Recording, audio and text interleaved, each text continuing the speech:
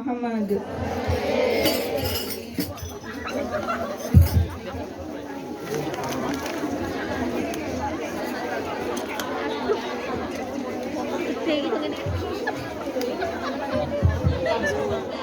Assalamualaikum warahmatullahi wabarakatuh.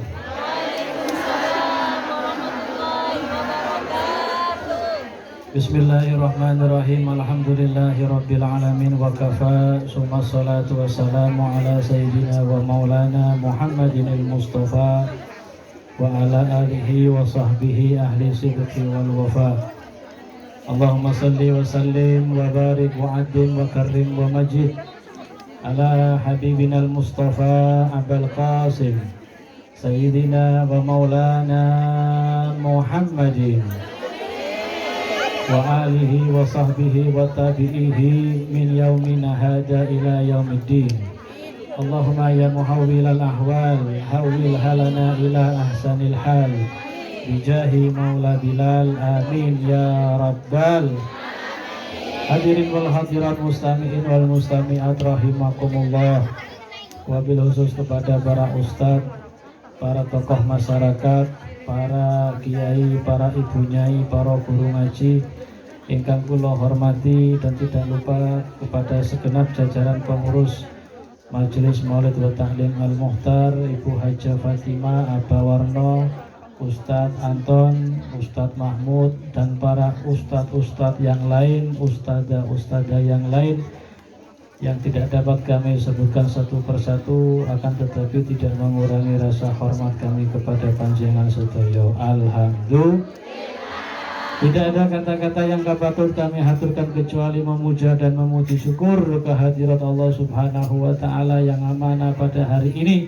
Kita semua masih diberikan nikmat yang paling utama, yaitu nikmat panjang umur, sehat walafiat, seger waras bagi yang seger dan bagi yang waras, sehingga kita semua bisa berjumpa bersama-sama, bermuajah tatap muka, bisa bermujalasah lungguh bareng dalam suatu acara yang sangat luar biasa, sholawatan, maulidan, milad akbar dan lain-lain.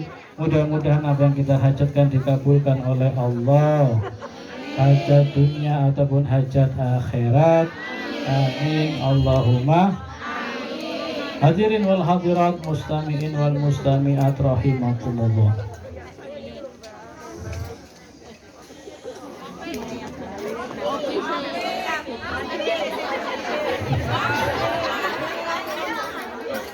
Sudah adem ya? Ini loh, contoh baroknya sholawat. Tadi pertama panas, umat begutuk, sekarang bisa adem gara-gara barokahnya. Allahumma sholli ala Muhammad. Langsung saja sebagai sesi kedua, tapi agak sebentar. Tapi mudah-mudahan ngajinya barokah. Kita semua bisa istiqomah. Karena yang namanya istiqomah itu afdalu min alfil karomah. Istiqomah itu lebih afdol daripada 1000 karomah.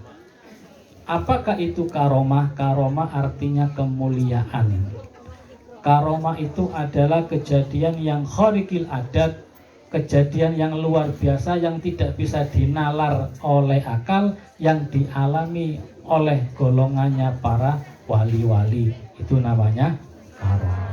Seperti Syekh Abdul Qadir Al-Jalani bisa terbang melihat ribuan santrinya. Itu karomah. Itu bukan mukjizat. Kalau mukjizat itu kejadian yang di luar nalar manusia, khariqil adat, yang dialami oleh para nabi, itu namanya mukjizat. Contoh, tongkat Nabi Musa bisa membelah segara. Tongkat Nabi Musa. Contoh, khotam Sulaiman, cincin Nabi Sulaiman bisa menghalau angin. Enak Bu kalau jenengan punya cincin Nabi Sulaiman, nggak usah pakai AC. Angin, come here. I'm coming. Itu cincin Nabi Sulaiman. Mukjizat Nabi Daud bisa membuat baju jira. Apa baju jira? Baju perang. Jadi baju besi dipuklek-puklek gitu, dibentuk jadi baju. Nggak usah pakai tukang las. Bisa melemeskan baju besi. Itu mukjizat Nabi Daud. Serta mempunyai suara yang sangat merdu indah. Saking merdunya suara Nabi Daud, sampai-sampai ketika ada daun yang jatuh dari ranting itu seakan-akan nggak ada gravitasi bumi, diam. Saking merdunya suara Nabi Daud. Makanya kalau biasanya tukang muadzin, tukang adzan itu tawasulnya kepada Nabi Daud. Tapi suara enak dan gak enaknya tergantung mic.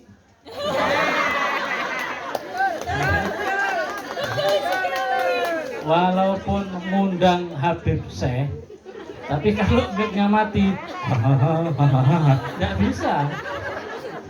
Suara enak nggak enak tergantung. Allahumma sholli ala Muhammad. Langsung saja. Salah satu sahabat daripada Rasulullah Shallallahu Alaihi Wasallam yang dijamin masuk surga yaitu adalah sahabat Umar radhiyallahu taala anhu. Umar itu adalah sahabat yang paling galak, paling keras, paling kereng. Saking kerengnya Sayyidina Umar, bukan hanya manusia, setan pun takut. Nabi pernah berkata, inna syaiton yufarriqu min dili Umar. Sesungguhnya setan itu kabur apabila melihat bayangan daripada Sayyidina Umar. Takut bu, setan sama Sayyidina Umar takut. Maka terkadang kalau di Indo sana biasanya pintu rumah ditulisi Umar Faruk. Sering ketemu? Sering tahu? Kenapa? Dengan tujuan rumah saya biar nggak dimasuki setan. Terkadang di toko-toko, di selorokan, di laci itu ditulisi Umar Faruk. Kenapa? Biar nggak dicuri tuyul. Masalahnya tuyul zaman dulu dengan zaman sekarang nggak sama. Terkadang yang mencuri namanya Umar. Ya kan? Kalau tuyul zaman dulu dibacakan ayat kursi takut, tapi kayak tuyul zaman sekarang nggak mempan. Ayat kursi sak mejone mboten mempan. Tapi memang ada salah satu keterangan hadis Nabi Muhammad SAW, ayat kursi itu bisa untuk mengusir setan, bisa untuk mengusir setan, bisa untuk mengusir jin-jin yang bandel, itu dibacakan ayat kursi. Itu kalau jin setan yang dari golongan iblis. Tapi kalau setan dari golongan manusia bagaimana? Dibacakan ayat kok nggak mempan, ditaruh ayatnya, diambil kursinya, dikeprukkan.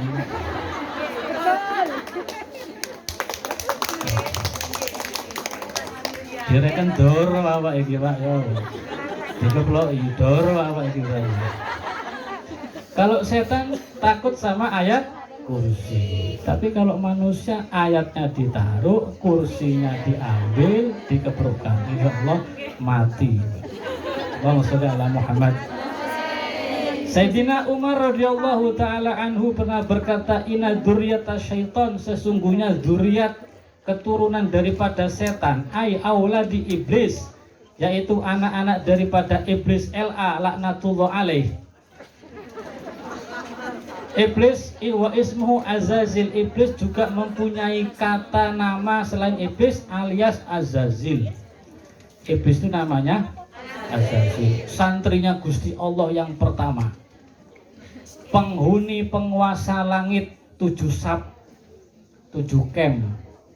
Iblis santrinya Gusti Allah yang pertama, alim, ibadahnya ribuan tahun. Kalau dibanding dengan kita nggak ada apa-apanya ibadahnya iblis. Alim, ngaji ribuan tahun, ibadah ribuan tahun. Tapi kenapa kok dia diusir oleh Allah? Karena sombong. Karena sombong. Berarti kita tidak boleh sombong, dan kita tidak bisa untuk menyombongkan diri. Kenapa? Karena tubuh kita bumi. tubuh kita ini, lubang-lubang yang ada pada tubuh kita ini mengeluarkan sesuatu yang enggak baik. Mulai mata ngetokno ketek, kuping susu melek, ya, mulai dari mulut seperti itu, dari hidung seperti itu, oke, dan lain. Iler kita dibanding dengan ilernya burung walet lebih mahal mana? Gitu kok malah mau disombong-sombongin. Umpamanya iler kita itu laku, Bu. Saya kalau tidur nggak pakai bantal, pakai batok. Oke, kenapa? Tangi turu setor sak liter. Tangi turu setor sak liter. Tapi untungnya kita nggak ada apa-apanya dibanding dengan walet. Wa ismuhu Azazil, setan iblis juga dipanggil dengan sebutan Azazil. Iblis mempunyai mempunyai 9 anak. Berarti iblis tidak ikut KB. Kalau iblis ikut KB, dia mempunyai cuma 2 anak cukup. Iblis saja tidak ikut KB, masa kita mau ber-KB? Mempunyai 9 anak. Langsung nggih? Tapi perjanjian, kalau nama-nama anak iblis ini kebetulan cocok dengan nama jenengan, tidak boleh marah. Tidak boleh. Soalnya saya pernah pengajian, ternyata namanya panitia cocok gitu. Marah. Turun dari pentas, pecucat-pecucat bilang, kenapa itu kok marah? Anu Bib, anaknya iblis itu namanya sama dengan salah satu nama panitia. Perjanjian, apabila nama ini cocok dengan jenengan, nggak boleh pulang. Nggak boleh. Jangan tersing. Kalau maksa pulang tak dongano anyang-anyangan. Anyang-anyang itu cer-cer. Cur-cur terus. Yang pertama, mana tadi? Yang pertama, Zalitun. Ada yang cocok? Kalau Yutun ada? Yutun ada? Jumiatun. Oh bukan, Zalitun. Zalitun ini anaknya iblis yang barak, fahwa sohibul aswak. Zalitun ini kerjaannya ada di pasar, Bu. Di pasar dia itu. Bukan jaga parkir, bukan. Bayan sibu fiha royatahu, serta di pasar Zalitun ini menegakkan bendera-benderanya. Jadi kalau jenengan bisa melihat alam gaib, di pasar-pasar itu ada bendera tulisannya Zalitun. Tapi tidak usah pakai majlis ya, majlis Zalitun bukan. Kalau di Indo kan musim seperti itu, majlis apa, namanya Zalitun. Dia ini ada di pasar-pasar. Apa tugasnya?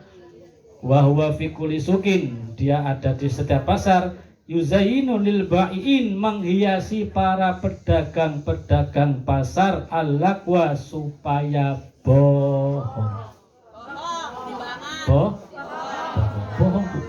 Ini asli, barangnya asli. Sampai gitu kalau ngomong. Kalau istilah Jawa ini sawestu nih. Tapi ternyata berarti dia bohong karena godaan Yutun.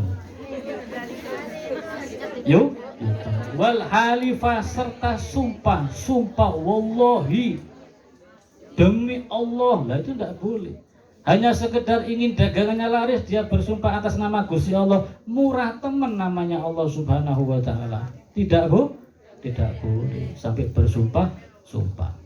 Dulu di zaman Sayyidut Tabi'in, pemimpin dari Tabi'in, ada yang namanya Imam Hasan Al-Basri.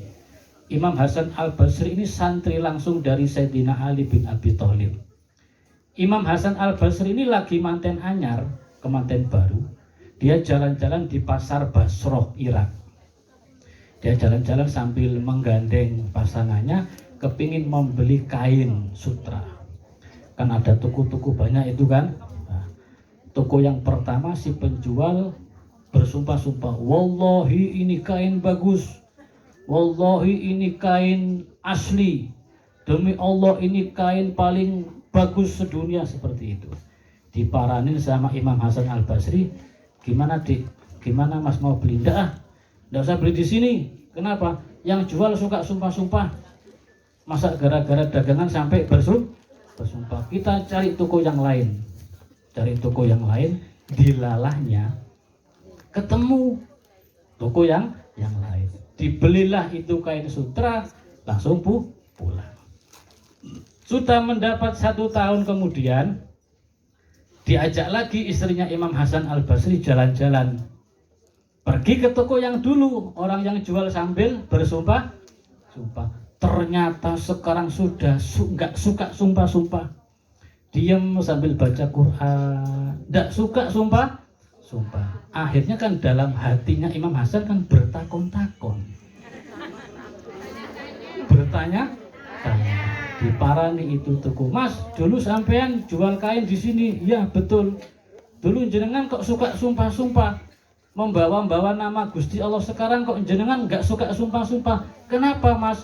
Dijawab, dulu waktu itu aku punya istri cerewet. Kalau aku pulang nggak bawa uang, aku diomelin, kadang diserampang sandal. Lah terus alhamdulillah bojoku mati. Coba bu, kalau istri yang selewet mati, bukan innalillahi tapi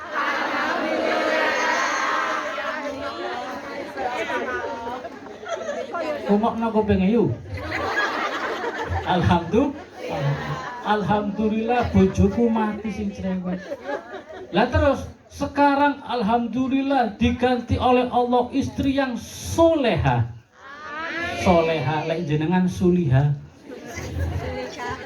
Diganti oleh istri yang lebih soleha. Jadi kalau saya pulang bawa duit, nggak pernah diomelin, disambut dengan senyum yang mesra. Alhamdulillah. Terkadang ibu-ibu, suami ini bisa bertindak, melakukan ketindakan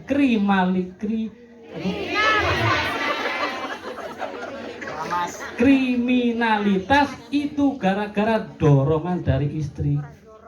Makanya jangan ojo galak-galak. Rata-rata suami istri itu yang mati dulu istrinya apa suaminya? Suaminya. Ya enggak, bukan istrinya. Tidak boleh galak kan? Wal halifah sumpah wasu, sumpah palsu, al kadibah serta berbohong, watatifal kaili serta ngurangi timbangan. Mengurangi timbangan. Ini tugasnya Yutun semua ini. Wal mizan serta curang di dalam takran. Jadi timbangannya, takrannya dikurangin. Beli beras 1 kilo dikurangi 1 on jadi 9 on, serta timbangannya tuh dicurangin, diganjul biar kalau nimbang bisa enggak cocok seperti itu ya. Ini semua tugasnya Yutun. Zalitun, anak pertama daripada iblis, LA laknatullah alaih.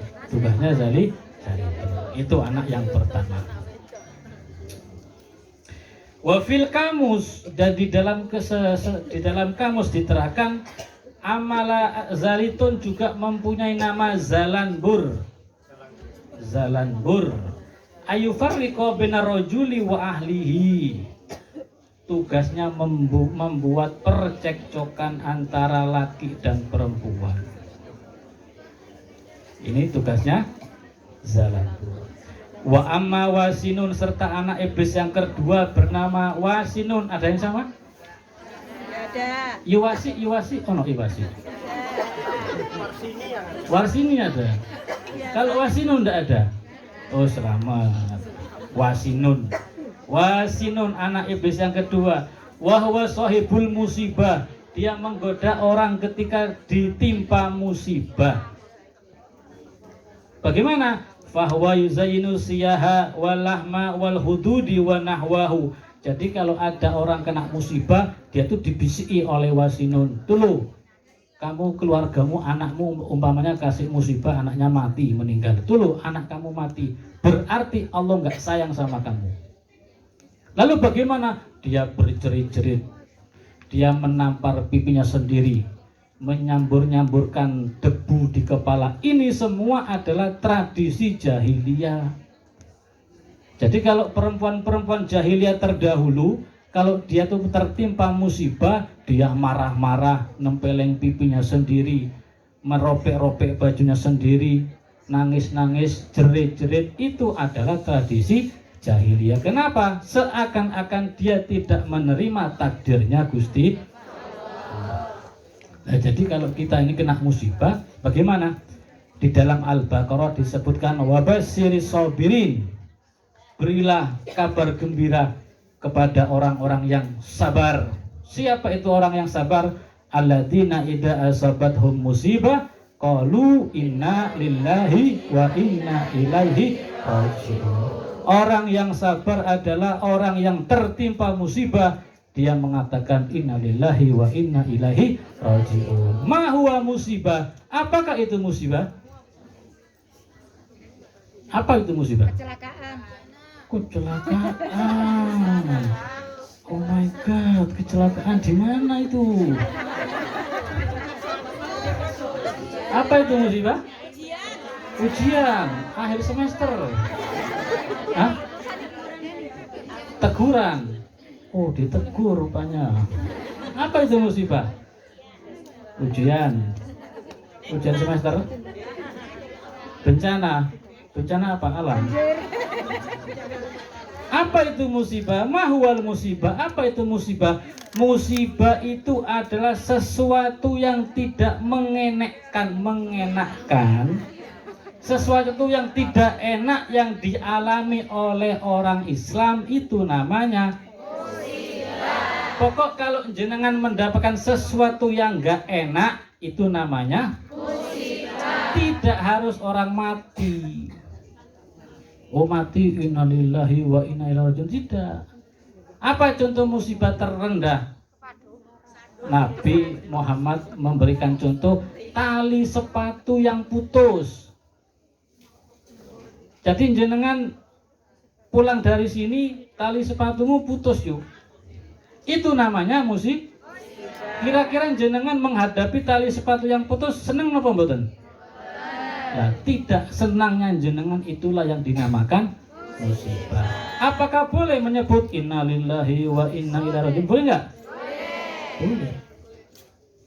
Jadi siar-siaran di grup masing-masing innalillahi wa inna ilaihi raji'un. Sopo mati yuk, sopo mati yuk. Tali di sandal pedot. Boleh nggak? Boleh. Sekarang innalillahi ini seakan-akan dibuat orang yang, apabila jenengan mendengar kata innalillahi itu adalah termasuk nasihat. Nasihat. Kullu nafsin dha'iqatul maut, setiap yang bernyawa pasti akan merasakan mati. Bahkan kalau jenengan di Indo, itu yang tempat bawa mayat apa namanya? Keranda. Jenengan di rumah dengar innalillahi itu sebagai nasihat. Jenengan di rumah atau dimanapun ada keranda berjalan, ada orang mati, itu juga termasuk nasihat. Mungkin saya besok atau besok lusa, saya pasti masuk ke keranda tersebut. Keranda itu adalah kendaraan yang paling horor, Bu. Kendaraan yang paling ngeri. Siapapun orang masuk situ pasti mati. Siapapun orang yang masuk situ pasti, apakah itu pegawai negeri, apakah itu pejabat, presiden pun masuk situ pasti, apalagi Pak RT.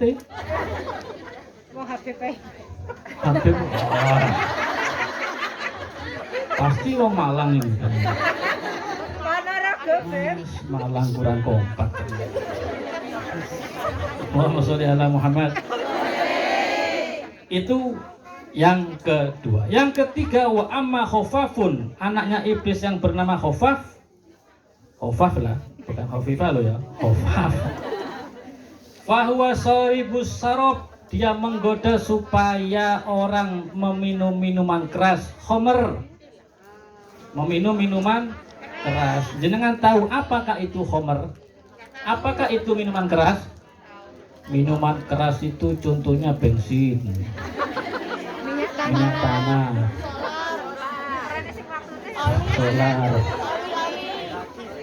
air aki, itu minuman keras. Lah, seseorang ini digoda oleh iblis itu untuk segera dia itu bisa meminum minuman keras.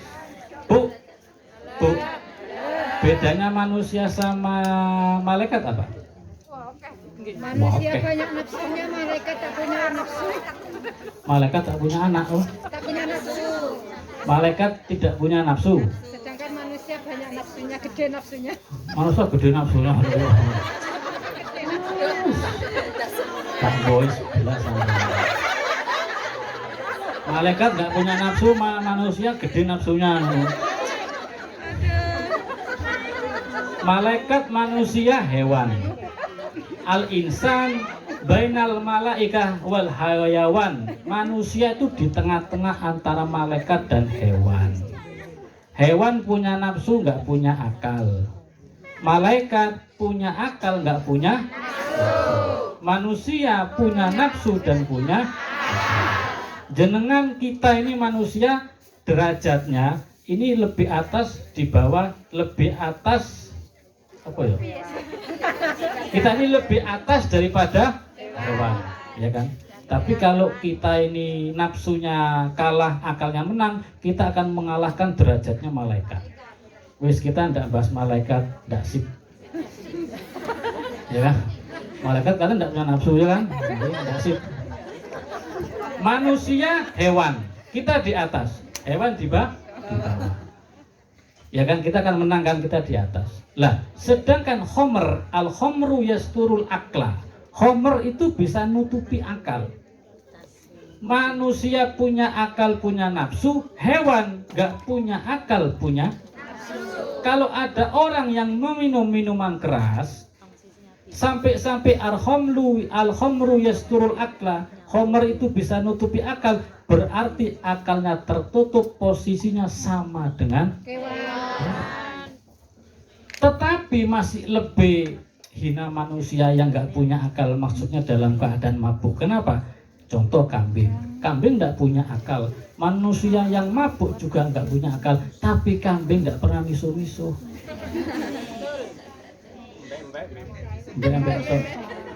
Tahu tak sampai ketok kambing? Juaran kan tuh mah. Gak tahu. Tapi kalau manusia yang sama-sama nggak punya akal, dalam keadaan mabuk, terkadang dia miso-miso. Sais ini kebun binatang keluar semua. Mulai tengu, semut, jangkrik, sampai dinosaurus disebut apa? Itulah jeleknya manusia yang dalam keadaan mabuk. Dan juga dikatakan Nabiullah Yahya alaihissalam yang mati ketika kepalanya dipotong, itu juga disebabkan pemimpin yang dalam keadaan mabuk. Jadi hati-hati dengan minum-minuman. Wa amma Murrah, dan anak iblis yang bernama Murrah, fahwa sahibul mazamir. Anak iblis yang bernama Murrah, dia menggoda manusia untuk meniup trompet atau seluling. Kok suling? Ternyata berarti suling itu haram.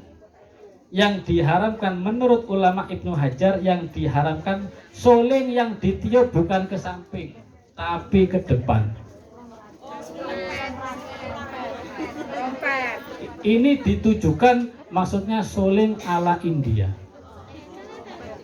Jenengan kalau mendengarkan seluling India, ular kobra itu kan bisa ngeloget-ngeloget, ya kan? Saking merdunya. Itulah yang dimaksud oleh Ibnu Hajar. Seluring.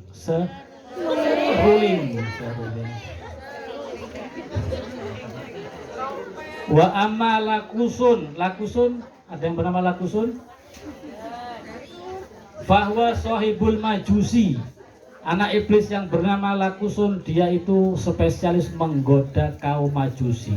Siapa kaum Majusi? Kalau sekarang disebut kaum Zoroaster, yaitu kaum penyembah api Majusi. Dulu kerajaan Persia berkuasa 1200 tahun. Ada kerajaan lagi bernama kerajaan Romawi, berkuasa 1400 tahun. Ini raja-raja besar, Bu, penguasa-penguasa dunia. Tapi ketika Nabi Muhammad SAW lahir, api yang disembah selama 120 tahun langsung padam ketika Nabi Muhammad SAW lahir. Dan kerajaan Persia, kerajaan Romawi yang sangat megah, itu dinding-dindingnya retak. Itu sudah menyebutkan bahwa kelahiran Nabi Muhammad akan meruntuhkan Romawi dan Persia. Sekarang negara apa Persia? Negara Iran. Tetangganya Irak. Itu negara Iran dulu menjadi kerajaan Persia, Majusi, penyembah-penyembah api. Saya teringat suatu kisah. Ada seorang Majusi namanya Bahram al-Majusi. Ini kisah yang sangat menarik. Diceritakan Bahram al-Majusi ini adalah seorang penyembah api. Dia punya anak wanita sekitar 7 orang. Cantik-cantik anaknya. Ya, cantik. Dia orang kaya, punya anak 7 orang perempuan semua. Saking kayanya anaknya nggak ada yang berani ngelamar, Bu. Minder. Saking kayanya anaknya nggak ada yang berani. Karena dia bukan orang beragama, cuma nyembah api, maka dengan akal yang tidak sehat dia menikahi ke-7 putrinya sendiri. Ya, gila.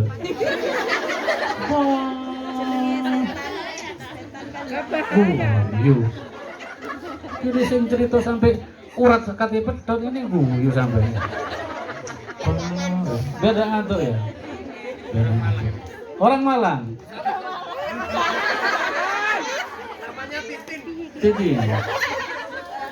Paling ya Ponorogo. Ponorogo mana? Jawa Tengah. Oh ya. 7 anaknya ini dinikahi semua, Bu. Dinikahi semua.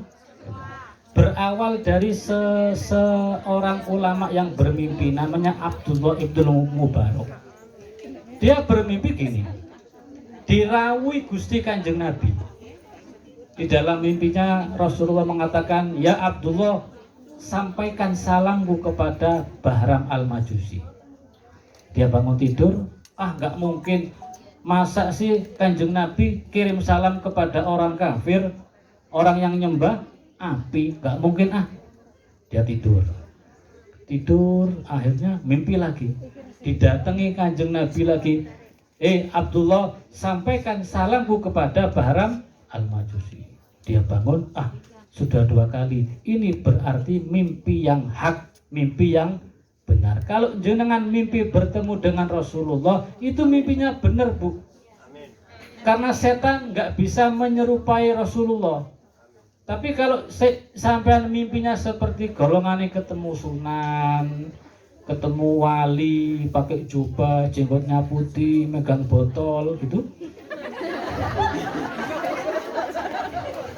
itu bisa jadi dari setan. Setan bisa menyerupai wali, tapi setan nggak bisa menyerupai nabi. Tapi kalau jenengan mimpi nabi, itu adalah hak, mimpi yang benar. Akhirnya si Abdullah bangun, ya Allah, 2 kali, berarti ini mimpinya benar. Saya akan cari siapa itu Bahram al-Majusi. Dicari, akhirnya ketemu. Diketoklah itu pintunya Bahram. Assalamualaikum.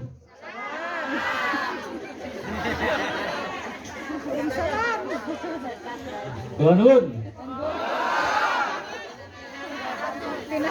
Sampurasun.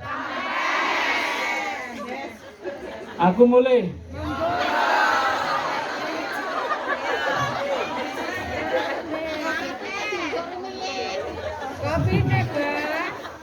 Bisa jawab juga ternyata.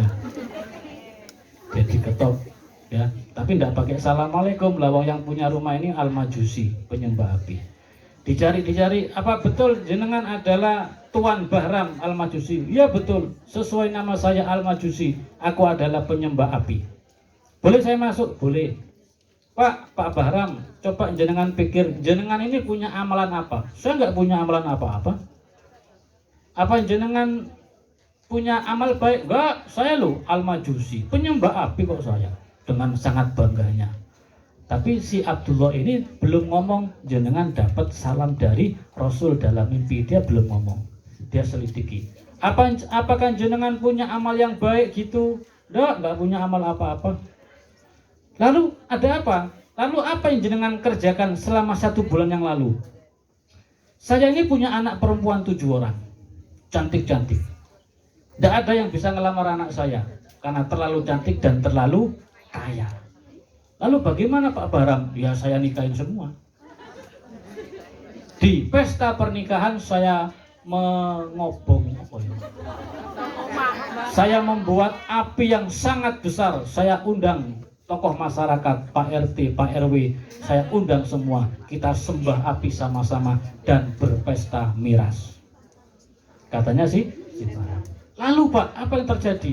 Ya ketika pesta setelah selesai, setelah buyar, saya bangun jam 2 malam. Ketika malam pertama saya keluar dari rumah, saya ngesis. Apa itu ngesis? Cari angin. Ternyata tidak disangka-sangka ada seseorang yang berukut-berukut. Orang tersebut masuk ke gudang. Saya menyangka paling ini mata-mata pencuri. Ternyata setelah saya selidiki, saya tebak seperti ini, dia mau ngambil sesuatu, nggak jadi. Paling mata-mata, biarin saja dah. Nggak lama kemudian datang lagi ini perempuan sama berukut-berukut masuk ke gudang, tengok-tengok seakan-akan mau mencuri kok ragu. Setelah saya tilik, setelah saya tilik, dia nggak jadi mencuri, dia pulang. Sampai ketiga kalinya akan mencuri sesuatu nggak jadi, dia pulang. Akhirnya saya ngikuti kemana dia pergi. Ternyata dia adalah seorang perempuan muslimah. Dia mau mencuri, dia nggak berani. Dia pulang, ternyata rumahnya gubuk. Di situ ada anak yatim 3 nangis karena lapar. Dan si wanita berdoa, ya Allah, aku sangat butuh ya Allah. Tapi jangan kau hinakan ya Allah. Saya minta tolong kepada si kafir Bahram Al-Majusi. Seperti itu. Oh ternyata ini kasusnya ada wanita, anaknya 3 kecil-kecil belum makan, kelaparan. Dia mau mencuri di rumahnya Bahram Al-Majusi, tidak berani. Oh ternyata ini kasusnya lapar. Maka si Bahram ini langsung saya pulang, pergi ke gudang. Saya ambil becak, saya isi Indomie, Supermie, isi beras, endok bajul, saya isi minyak goreng, saya isi gas LPG, saya isi beras, gula, teh, kopi, sembarang kalir saya isi 1 becak. Lalu saya pancal itu becak dan saya pasrahkan kepada muslimah tersebut. Yumus, bukan muslimah. Yumus, apa? Ini loh bantuan dari saya. Sampai tidak usah melihat siapa yang membantu. Saya adalah orang kafir Al-Majusi, tapi saya membantu karena kemanusiaan, bukan karena agama. Ini buat jenengan semua. Sampai pesta pora. Alhamdulillah dibantu oleh seorang yang kafir Majusi. Akhirnya ketika mendengar cerita seperti itu, katanya Syekh Abdul bin Mubarak, oh pasti inilah yang menyebabkan kamu mendapat salam khusus dalam mimpi saya dari baginda Rasul Shallallahu Alaihi Wasallam. Emangnya ada apa? Saya bermimpi sampai 2 kali. Saya bermimpi berjumpa dengan Rasulullah. Rasulullah menitipkan salamnya kepada panjenengan. Gara-gara itulah dia langsung bersyahadat. Asyhadu an la ilaha illallah wa asyhadu anna Muhammadar Rasul. Masuk Islam gara-gara mimpi daripada Rasulullah Shallallahu Alaihi Wasallam. Nah, tadi jenengan kalau melihat sesuatu seperti ini, cerita seperti ini, ya ojo medit-medit, ojo medit. Lawang orang kafir saja loh mendapatkan hidayah gara-gara sahok loman. As-sahiyu loman dermawan. As-sahiyu qaribu minallah wa qaribu minan nas wa qaribu minal jannah wa ba'idu minan nar. Orang yang dermawan, orang yang loman, suka memberi, dekat dengan Allah, dekat dengan manusia, dekat dengan surga, jauh dari neraka. Makanya kalau jenengan dalam berteman-teman semacam ini, kalau punya teman yang medit, senang apa mboten? Medit, saking meditnya sampai puait. Itu kalau diambil darahnya tidak berwarna merah, hitam warnanya. Medit itu kalau dibuang ke alas tidak dimakan nyamuk itu. Nyamuk ora doyan karo wong sing medit. Yang selanjutnya al-a'war. Fahuwa syaitanu zina. Dia menggoda supaya terjadinya perzinahan. Wa amma masuti. Ada yang bernama masuti? Wa amma masutun. Masutun ini tugasnya fahuwa sahibul ahbar. Dia tugasnya menyebarkan berita-berita hoax, al-kadhibah yang bohong, berita-berita bohong. Hati-hati kalau jenengan dapat berita di WA, jangan gampang-gampang nge-share sebelum jenengan teliti ini berita betul atau tidak. Kalau sampai itu berita nggak betul, berita bohong, jenengan yang terlanjur mengeser berita tersebut akan kecipratan mendapatkan dosanya. Berita-berita bohong. Yulki hafi afainas, membuat manusia menjadi gaduh. Ini dikarenakan berita-berita bohong. Dan yang terakhir wa amma dasim hadir dasima. Jenengan kalau dulu senang lihat film di televisi sinetron, ada sinetron yang judulnya Nyai Dasima.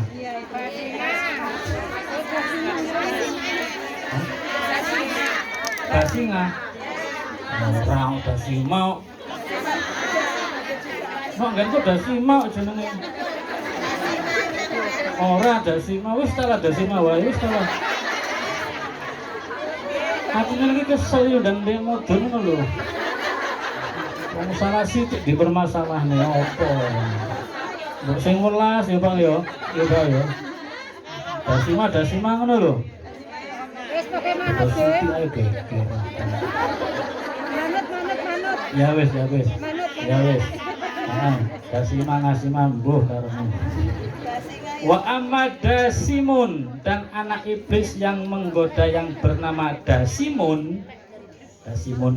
Fahuwa sahibul buyut, dia menggoda spesialis di rumah-rumah. Idza dakhala rajulu, dan ketika ada seorang laki yang masuk rumah, al-manzilah, ke dalam rumah, walam yusallim, dia tidak bersalam, tidak assalamualaikum, ala ahlihi, terhadap keluarga yang ada di rumah, wala yadhkur ismallahi ta'ala, dan dia tidak berzikir kepada Allah, au qafiha bainahum mana munazaah, maka dia akan digoda oleh Dasimun. Di dalam rumah tangganya ada munazaata, apa? Perselisihan. Jadi jenengan kalau punya suami, kalau masuk ke rumah suruh salam. Kalau ada si lelaki masuk ke rumah dia tidak mau bersalam, tidak assalamualaikum, dan dia tidak membaca zikir, tidak bismillahirrahmanirrahim lah atau apa dan zikir-zikir yang lain, dia maka ditututi oleh Dasimun.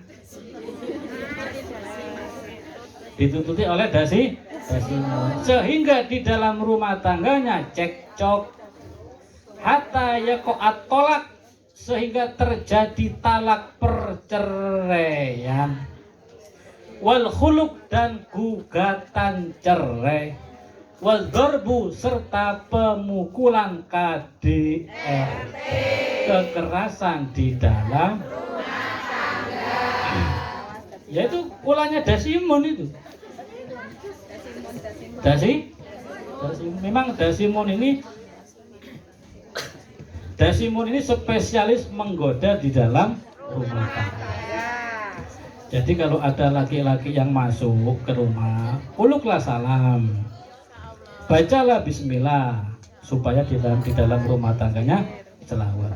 Ai inna dasima fi asaril khisam bainaz zaujaini, dan juga dasima ini adalah membuat percekcokan antara suami istri, yufarriqu bainahuma, sehingga terjadinya perpisahan. Allahumma shalli ala Muhammad. Jadi kalau ada orang ahli zikir, laki ataupun perempuan ahli zikir, dia masuk rumah baca bismillah, dia mau makan baca bismillah, itu bakal diselamatkan oleh Allah Subhanahu. Ada sahabat Khalid bin Walid, singahnya Allah, Khalid bin Walid. Khalid bin Walid ini selama peperangan dia selamat terus, Bu. Menangan kalau perang. Lalu ada orang sahabat yang membawa racun, namanya racun sekejap mata. Saking kerasnya racun ini, apabila diminum sebelum mata terkejap dia akan mati. Maka diambil oleh Khalid bin Walid, langsung diminum, digelogok. Ternyata enggak mati-mati. Lalu ditanya, wahai Khalid, kamu punya amalan apa? Saya tidak mempunyai amalan apa-apa kecuali saya berzikir kepada Allah. Apa zikirnya? Ini loh zikirnya. Bismillahilladzi la yadurru ma'asmihi syai'un fil ardi wala fis sama' wa huwas sami'. Itu jenengan baca ajastukum. Ajastukum. Ajastukum. Jenengan yang ngomong kobil itu jenengan bisa mengamalkan doa ini. Ini untuk keselamatan, tapi jangan dicoba ya, Bu. Coba minum racun maksudnya. Terus jenengan mau nyoba minum racun? Jenengan kita perpanjang kontrak, udah pola-pola. Tahu aja. Tas mau perpanjang, terus aku katanya nyoba ilmu nih Habib. Wah, beli baikon. Bismillahirrahmanirrahim. La yadurru ma'asmi syai'un fil ardi wala fis sama'. Terus diminum. Tumbas baikon. Oke, waalaikumsalam. Saya dulu ya.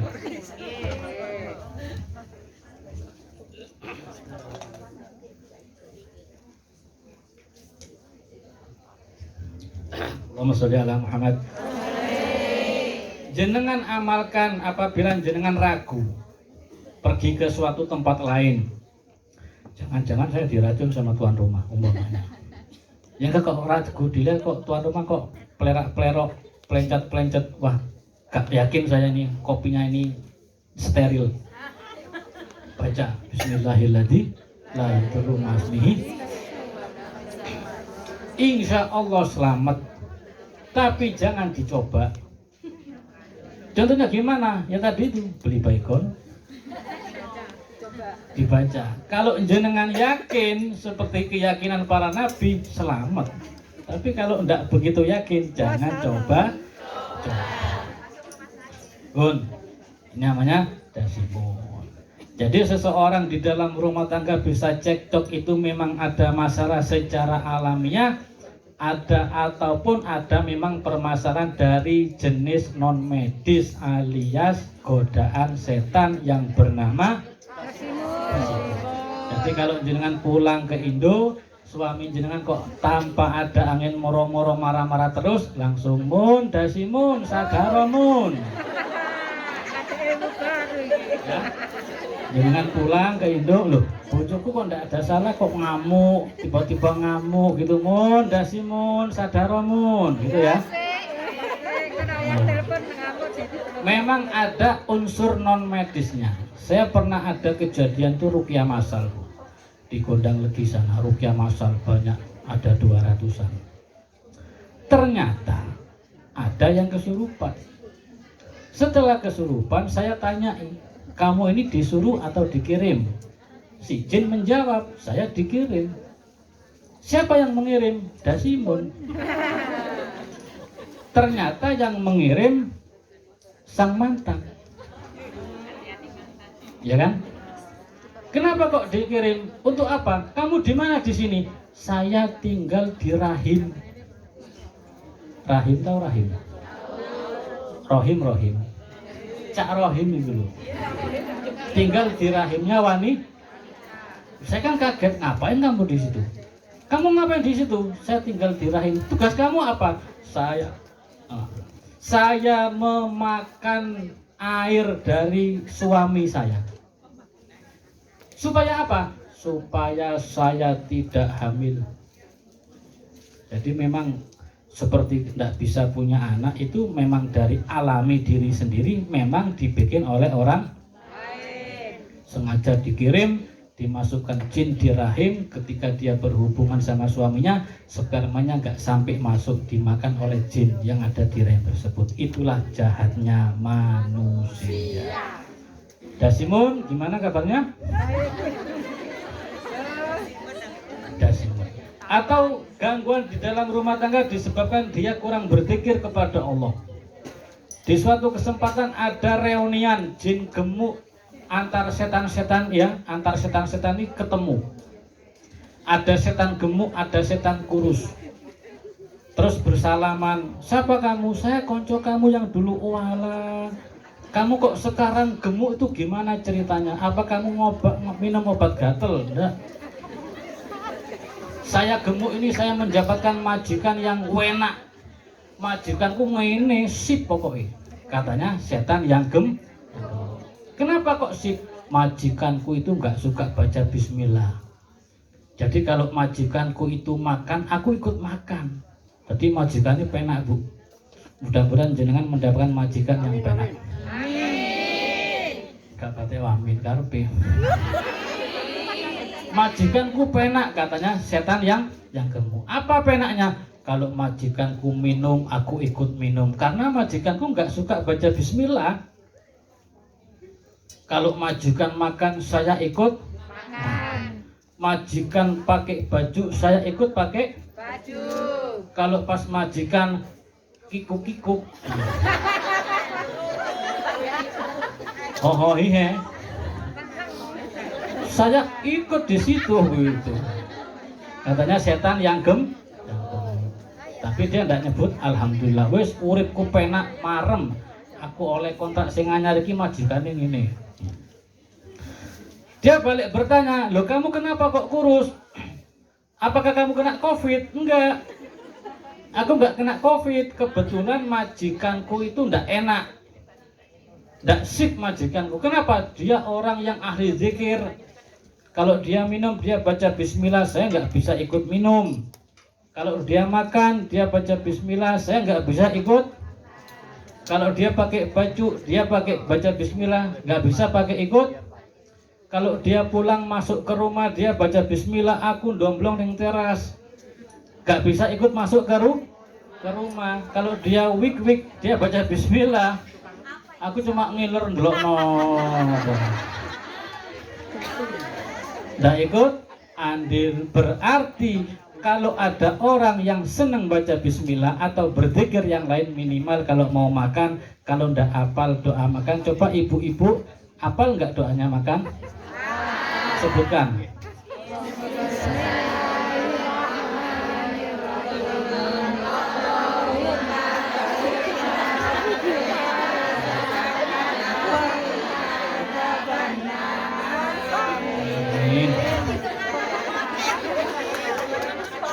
Jenengan yang baca doa, saya yang minum.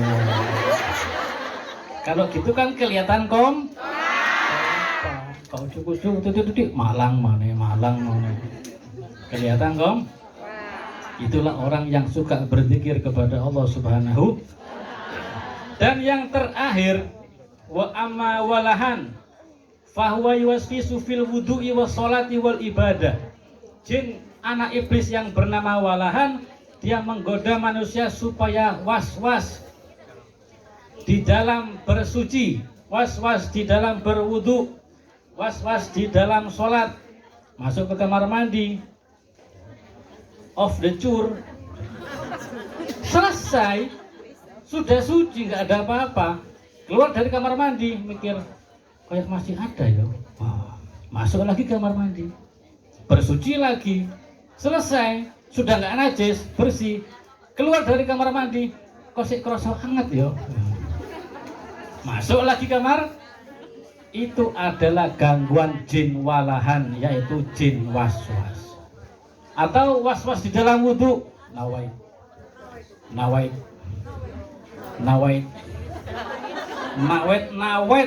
gak iso.